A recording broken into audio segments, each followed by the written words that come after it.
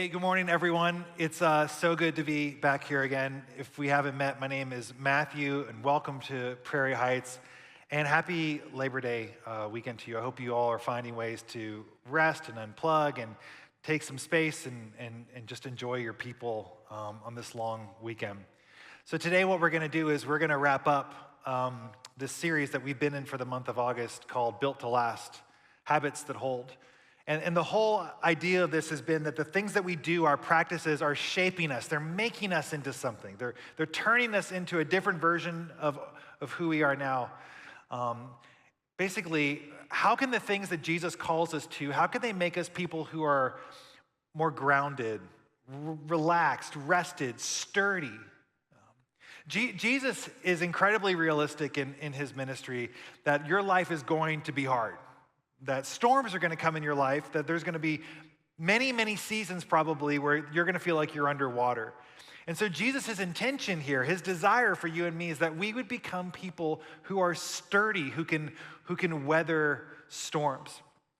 In fact, that's the context of the verse we've looked at the entire time. So this is going to be familiar for you because we've read it every single week. Everyone who hears these words of mine and puts them into practice is like a wise man who built his house on a rock. You're like, okay, so we talked about building a good life, something sturdy, but here's why. He goes on to say, the rain came down, the streams rose, the winds blew and beat against the house, and yet it did not fall because it had its foundation on the rock. But everyone who hears these words of mine and does not put them into practice is like a foolish man who built his house on sand. The rain came down, the streams rose, the winds blew and beat against the house, and it fell with a great crash. Jesus does not take time to explain why the storm is going to come. He just knows that it is. He just acknowledges it. Jesus doesn't take a lot of time explaining in his ministry why bad things happen. It's just sort of a given. Bad things will happen. His concern is, how do you and I become sturdy people that can weather storms? How do we become people that are able to endure? And so all the habits we've been looking at are those sorts of things that are building that fiber into us. And today we're going to talk about this final habit, the habit of gratitude. And I'm tempted to say I think it's maybe the most consequential of all the ones we've talked about. And obviously we've talked about really important things like starting your day with God and coming to church. But here's why I would say it's so significant. It's because most everything else we've talked about is a thing you do, whereas gratitude over the course of our life becomes less a thing we do and more like a way of seeing the world. It becomes like the eyeglasses with which we see everything around us. It makes sense. It snaps all of life into a different kind of clarity. And so it's incredibly important in who we're becoming, how we view life. The Apostle Paul, who you may know, he was like the first missionary for the church. He was almost single-handedly responsible with taking the gospel, the message of Jesus from Jerusalem all the way to most of the known Roman world at the time. One of the churches he planted was in a little Greek city called Thessalonica. And Thessalonica was a city where there was a lot of industry around the Caesar cult. So there was a lot of vested interest in having the imperial cult continue to be a very profitable part of the city. So as soon as the Thessalonian Christians began to pull away from that and instead begin to worship this Jesus, this Jewish rabbi, as God, there was resistance from their Roman neighbors because they rightly understood that you cannot worship both Jesus and Caesar, that you can't be split like that, and that this was going to hurt business. And so from the very earliest days of the Thessalonian church, these people were beat up by their neighbors. They were persecuted. They suffered greatly for it. They had their businesses taken. It was a very difficult place to be a Christian, just like some places on the earth today are very difficult and dangerous places to be a Christian. So it should be a little surprising then when Paul writes a letter to this church in Thessalonica, and he says this in chapter 5. He says, give thanks in all circumstances. All circumstances. Which should lead us to go like, how is that even possible? Like, how do you give thanks when someone's beating you up? How do you give thanks when you're suffering? How do you give thanks when you're going through a hardship? How do you give thanks when there's not enough money at the end of the month, or when the bills keep coming due, or collectors are calling? How do you give thanks in all circumstances? And the answer really, it depends on the lens through which you're viewing the world. When we adopt the lens of gratitude, we begin to see all of life around us as a gift. So today, that's what we're going to explore. We're going to do it in 3 parts. We're going to see first, why would I want to adopt the gratitude as a habit? And then how do I? And then third, who shows us the way? So first of all, why would we want it? Gratitude is a healing, this is why, it's a healing counter narrative to cynicism. I would say that the primary lens through which most people view the world today is a cynical one. And that is just to say, one that assumes that there's more going on below the surface than is being showed, and what's going on below the surface is in some way self-interested. It doesn't have to be sinister, it doesn't have to be evil. It's just a way of sort of looking at the world and going oh, I know what's really going on here. And here's the thing. Cynicism is a very smart, understandable, natural response to how broken and corrupt and dangerous the world is all around us. Cynicism is an inclination to kind of believe the worst about people. One very funny example of a cynical take is the humorist Scott Dikkers. I just think this is funny. He says, a true friend is a gift from God, but since God doesn't exist, guess what? Neither do true friends. From his book, You Are Worthless, Depressing Nuggets of Wisdom Sure to Ruin Your Day. That's a very funny sort of cynical take. But here's the thing. Cynicism actually has teeth to it because we know that there are great disappointments in life. There's a lot about the world that's going to feel like it's working against you. George Carlin, the comedian, once said, scratch any cynic and you'll find under the surface a disappointed idealist. We don't come out of the womb cynics. We come out, if anything, pretty hopeful. Believing that the world's going to be what we need it to be, believing it's going to provide for us what we're looking for. But over the course of life, we sort of wake up, as it were, to the way the world really works. We discover that, in actuality, you're going to be disappointed again and again.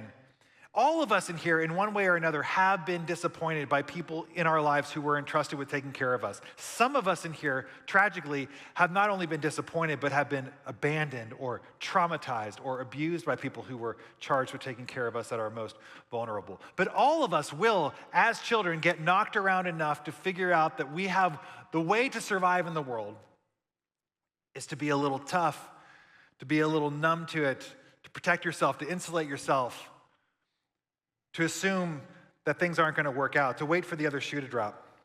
A cynic feels like they have a leg up on the world. They know how things really work. And I think one of the things that's so amazing to me is that the Bible actually begins with this very tension as the initial primary battle in the Bible. So if you don't know very much about how the Bible begins, you probably have seen some cartoons or stuff, but the Bible begins in a garden with 2 people. Adam, whose name means man, and Eve, whose name means living one. So man and living one are put in a garden by God, and they are put there to take care of it. This garden is a paradise. It has everything you could ever want, ever and ever. And God is there with Adam and Eve, and they walk together, and they live in perfection, and they are vegetarians, and they don't wear clothes, and it's the best thing ever. And so that's how the Bible begins, with just the overflow of generosity out of God's good heart towards these people. And so what's the headline? What's the headline from Genesis 1 and 2? Well, a headline would be, stunningly generous God creates beautiful world and then gifts it to 2 immensely lucky people to take care of it. They win the cosmic lottery. But there is a boundary that God puts in their lives at the very beginning. He says, you can have everything here. It's all yours. I made it for you. Take care of it. Tend to it. Make it flourish. But I don't want you to eat from this one tree. The day that you eat from this tree, you're going to die. So he puts a boundary line in their life. So, headline, they've just won the cosmic lottery. They couldn't be more fortunate. They have everything you could ever want in life. But the serpent enters the story in Genesis chapter 3, the deceiver. And what is the serpent's first sentence? What's the first counter narrative in the whole Bible? It's a cynical question. Did God really say you would die? as if to sort of immediately make the woman in this conversation feel sort of foolish. Like, you're not gonna die. He knows, God knows, that if you eat that fruit, you're not gonna become less, you're gonna become more.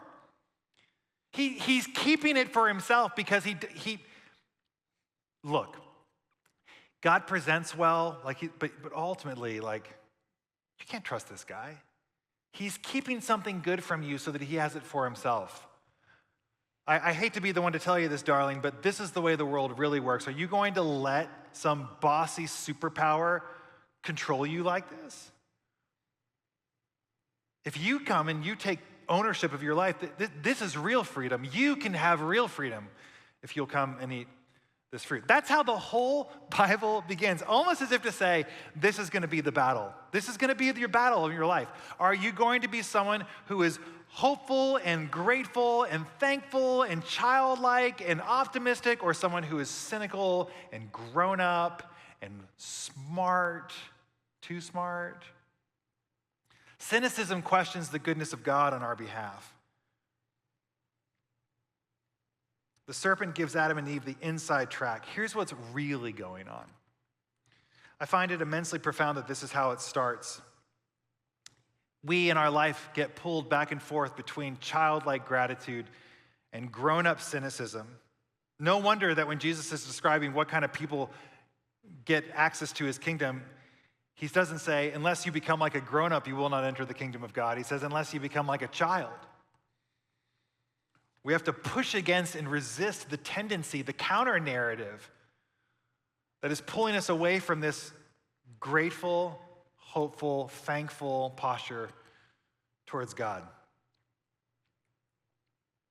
One of my favorite lines from a poem is from this little two-stanza poem by a guy named William Blake called Infant Sorrow. And he writes this: my mother groaned, my father wept, into the dangerous world I leapt. All of us in here, at one point in our lives, leapt from the safety of our mothers into a dangerous world. And some of us, it took longer to learn that than others, but all of us in time learn it. And it produces something in us. It makes us cynical. It makes us hard. It makes us numb. And that feels smart to be that way. It feels protective. It feels wise. But ultimately, it detaches us. Oscar Wilde, the Irish poet, writes, a cynic is a man who knows the price of everything and the value of nothing. Developing the habit of gratitude then is like moving out of the shadows of cynicism into the warm light of day. It literally begins to change you. Becoming a grateful person transforms the whole body. In fact, I was doing some reading on this, and it's absolutely fascinating. Neuroscientists have been studying now for years the effects of the habit of gratitude on the brain. And it's fascinating. Not only does it trigger all the reward centers of the brain, but it actually leads to healing in the body. It leads to new and fresh neural pathways. It creates faster connections to the bliss centers of the brain. It reduces fear and anxiety. It regulates stress hormones. It enhances dopamine and serotonin, the transmitters of happiness. It fosters positive thinking. Like, gratitude literally rewires the brain. It warms the whole body up. It makes it into something that it wasn't before. Gratitude is the counter-narrative to cynicism. This is why we would want it. This is why we would want to develop this habit. Now, how do we develop the habit of gratitude? What is the path away from cynicism? When we develop the habit of gratitude, it offers to us this road away from cynical thinking. It's an act of resistance against the prevailing narrative of the world. It chooses to see the world that we live in as good. It chooses to see each moment that I'm living in as the moment where God is right now. There's an English movie that I saw years ago that I absolutely love, which I do recommend, although it is rated R, but I do recommend it because it's so beautiful. Anyway, it's a 12-year-old movie, so I'm not trying to ruin the plot or anything. But the main character, the guy, he discovers that he has the power, and it's been given to him, passed down from his dad and his grandfather, whatever, but he has the power to go back in time and relive experiences. And he does what all of us would do initially in that moment, which is go back and fix all the awkward, humiliating moments. Like, go back and try to oh, I said this stupid thing, or I look like an idiot, or whatever. Like, go and fix those things. But what he discovers over the course of his life is that actually there's not a lot of good in that. First of all, like the bad things are going to happen anyway, and there's really nothing you can do to stop it. But even more important, like the real like meat of the story, and it's a tearjerker. I'm just going to warn you. Like I like have Kleenex, like and be in a place where you can ugly cry.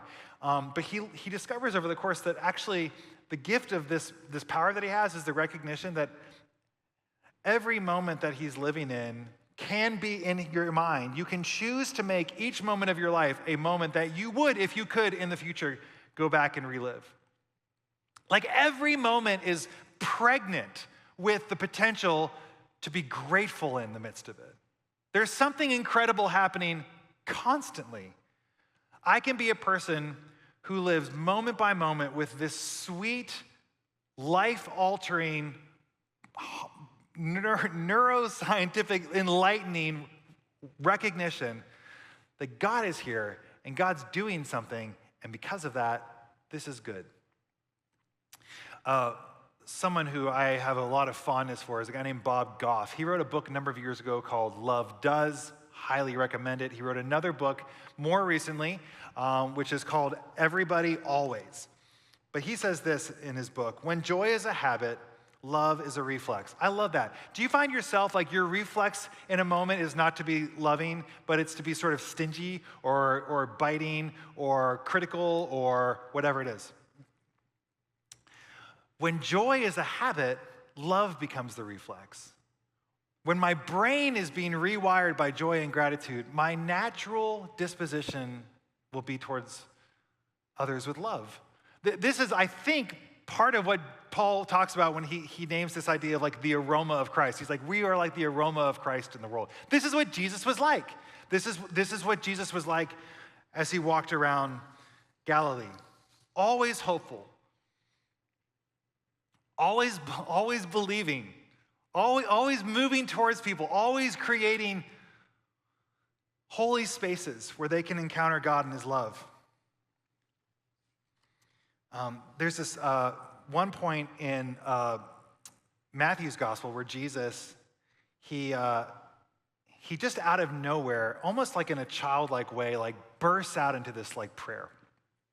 And I think it's so great. He says, I thank you, Father, Lord of heaven, that you have hidden these things from the wise and the understanding and revealed them to little children. Yes, Father, for such was your gracious will. And then he goes on to say, all things have been handed over to me by my Father, and no one knows the Father except the Son, and no one knows the Son except the Father and anyone that the Son reveals. So he's like this gift of getting to the inside track of what God is really like, of how good God actually is, of how sweet and generous his kingdom really is. This has been given not to the smart and the learned, and not to the grown-ups. It's been given to little children. And he's so happy about this. And then he says these words, which we've looked at every week that I was teaching. Come to me, all who are weary and burdened, and I will give you rest. That's the context of that verse. Jesus rejoicing that what God is up to in the world is not giving the kingdom to the smart ones, the grown-up ones, the cynical ones, the ones that really have the leg up on what's going on, but the ones who come as little children. And he looks at you and me, tired, weary, burdened grown-ups, and he says, come and receive it like a little child. Come and I'll give you rest. It's all taken care of. There's nothing you need to do. Come and receive the kingdom. So what can we do today to begin to move against cynicism? Well, let's get practical for a second. Start small. If you have habits already, like a daily time with the Lord, or journaling, or a practice of walking, or meditation, or whatever it is, work gratitude into that. So if you journal, for example, take a few minutes at the beginning and just write down something you're thankful for from the day before. If you go on runs, turn off the podcast or the audiobook and do a gratitude run. I actually will use the Nike Plus Run Club app, which has multiple guided gratitude runs. I know, you wouldn't think it. Nike, who would have thought? But you can go on a run, and while you're doing it, he's just giving you now think about this. Now think about the people who got you here, and just choose to find a way to work it into what already is happening in your life. A bunch of us in here pray before meals. We grew up praying before meals. You may not pray when you're out in public. That feels kind of weird. And you don't want to draw attention to yourself. But praying before meals is not just some rote thing we go through. It's an opportunity to stop for a minute and remember that God is feeding us. Remember that also, like, we're made to be as hungry for God as we are made to be for these nourishments. It's just a chance to stop and be truly grateful. So, work it into what you already have going. Connect it to your other habits. Second, how to be grateful? Be specific. Don't just let it be some general sense of like good, vibes or whatever. Like, name the thing. Name it. Be specific. There is something powerful in that. If you're having lunch with someone today, take a minute and tell them something you're grateful for about them or about anything. If someone comes to your mind and you realize, well, I really care about this person. Like, be specific, name it. And thirdly, share it. Give it to others. Don't keep it for yourself. Text the person as you think about them, or even better, pick up the phone and give them a call and just say, I was just thinking, I was doing this thing and it reminded me of this time that we did this together, and I just want you to know, I'm so grateful for you. I'm grateful that you've done this, you played this role in my life, you were here through this season, like, I knew I could depend on you in these ways. Share it. And then, if you want to go further, here's some more stuff. There's an ancient practice in the church, like way back, like ancient, like thousands of years, called examen. Examen is a nightly ritual before bed where you just sort of run your mind over the day. And you just think, among other things, what were you worried about? What surprised you? Where did you feel like God showed up? Where did you feel alone? But one of the things that you get to do is, what are you grateful for that day? What happened? What can you see and say, wow, even though I wouldn't have chosen this, I can see that you were here all along. Other people might want to try to have a gratitude journal. I did this for a long time. I just kept it. It was like a little book. It was in my back pocket. And I would just pull it out. I remember distinctly being in traffic with my two daughters, and they're now 18 and almost 17. And this was like 10 years ago, maybe more than that. And we were driving around and we were listening to the Tangled soundtrack for the millionth time. And I was stuck in traffic. And they're in the backseat just being absolutely amazing and singing along with the song sweetly with their sweet little voices. And I just remember in that moment, because I'd been doing this gratitude journal, because I'd been thinking about this, like I'd been just reimagining, reviewing my life in this way. I remember thinking, man, if I had a time machine, I would come back to this car ride again and again and again. And what does that do? When you begin to develop a gratitude pattern of some way, what does it do? It helps you become a person who's constantly arresting moments and saying, this is the moment where God is. This is the moment where God is doing something. It just makes you a person who begins to see the world differently.